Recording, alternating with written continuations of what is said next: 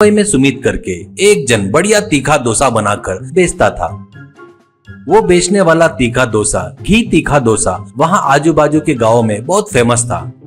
उसके पास खाने के लिए पता नहीं कहां से लोग कार से भी आते थे। इससे सुमित अच्छा खासा कमाया था। ऐसे ही रहते हुए सुमित छुट्टियों में अपने गांव आता है। उसके बाद अपने सभी दोस्तों को पार्टी देता है। उसके बाद उनसे सुमित, अरे यार, तुम में से कोई भी अगर मुंबई आए तो अपने होटल में आना नहीं भूलना, अपना डोसा मुंबई में बहुत फेमस है, ऐसा बोलकर वहाँ से चला गया।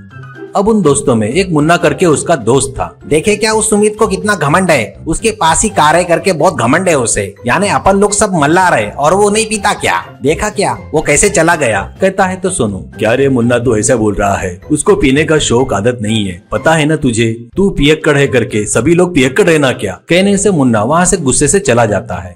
बाद में 2 दिन के बाद अपने दोस्त जीतू से मिलकर अब जीतू से मुन्ना, अरे वो सुमित आया ना, तब से मुझे जलन हो रही है रे, और मेरे घर में भी उसके वजह से बहुत प्रॉब्लम हो गई है यार। उसको देखकर मेरे पिताजी मुझे बहुत गालियां दे रहे हैं। अपन मुंबई जाकर उसको भी अपने जैसा निकम्मा बना देना पड़ेगा रे, तभी अपन 24 घंटे मस्त पी सकते हैं यार। तो जीतू, बराबर बोला यार, मैं भी वही सोच रहा हूँ। अपन लोग आगे नहीं बढ़े तो बाजू वाले को भी बर्बाद कर देना चाहिए, तब वही अपने बराबर का हो जाएगा रे। वो खुशी ही अलग रहती है। चल चल अपन भी मुंबई जाएंगे, ऐसा कहता है।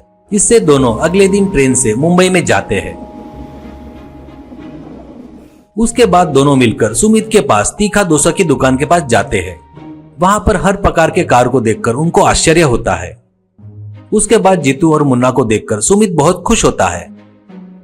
उनको बढ़िया घी तीखा डोसा बनाकर देता है। वो दोनों बहुत खुश होकर खाते हैं। उसके बाद जीतू से मुन्ना, यार ये डोसा इतना अच्छा है इसलिए लोग ऐसे गर्दी करके खा रहे हैं। जीतू, अरे अपन किस काम के लिए आए हैं और क्या कर रहे हैं? तू उसके डोसे की तारीफ किया तो और 4 लोग आएंगे, इसलिए 4 दिन रुककर उसके डोसे का नाम धीरे धीरे खराब करना शुरू करना होगा, ऐसा कहता है। अगले दिन से जीतू और मुन्ना दोनों लोग आने वाले कस्टमर के बाजू में बैठकर उनसे, जीतू ये डोसा क्या है? हमारे गांव का पाव भाजी रहता ना, वो जबरदस्त रहता, उसका तो लेवल ही अलग है। अरे पाव भाजी खाए तो कितनी ताकत आती है पता है क्या भैया? ये आटे के डोसे में क्या रखा है? डॉक्टर भी पाव भाजी खाने के लिए ही बोलते हैं, डोसा ज्यादा नहीं खाना चाहिए, एकदम वेस्ट है करके बोलना शुरू करता है। उसकी बात सुमित सुन लेता है और अगले दिन ही सुमित अपने दोस्तों के साथ साथ पाव भाजी को मिलाकर भाजी डोसा करके दोनों को मिलाकर लोगों को सर्व करना शुरू करता है। वो देखकर जीतू से मुन्ना, अरे अपन किस लिए आए हैं और ये क्या कर रहा है? इसका धंधा खराब करने को सोचे और 40 रुपए के डोसे को अब ये 100 रुपए कर दिया।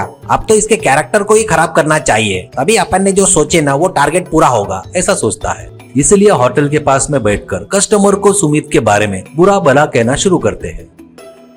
ऐसे 3 दिन बीत जाते हैं।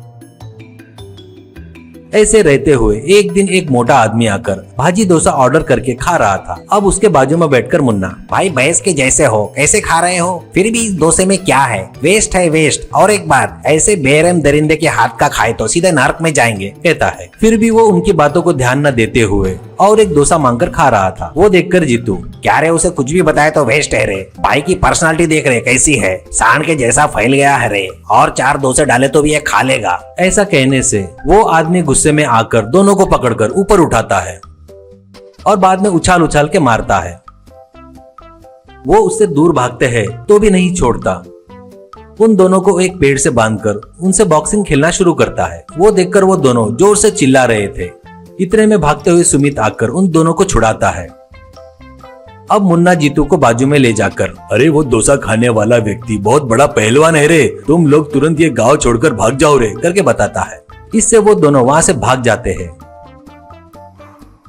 इसके बाद वो मोटा आदमी सुमित के पास आता है। अब वो मोटा आदमी सुमित से, जीजा जी तुमने बुलाया इन दोनों को धोने के लिए ही क्या? कौन है ये दोनों लोग? मुझे रोकते नहीं थे तो इन दोनों के हाथ पैर तोड़ देता था, फालतू का अनाप शराब बक रहे थे। सुमित, अरे ये मेरे बचपन के दोस्त थे रे, मेरे ऊपर जलन के कारण मेरा बिजनेस बिगाड़ने के लिए आए थे, इसलिए थोड़ा झटका देकर भेज दिया। अब कभी अपने को उंगली नहीं करेंगे। फिर भी तू मेरा आदमी है करके उनको पता चला तो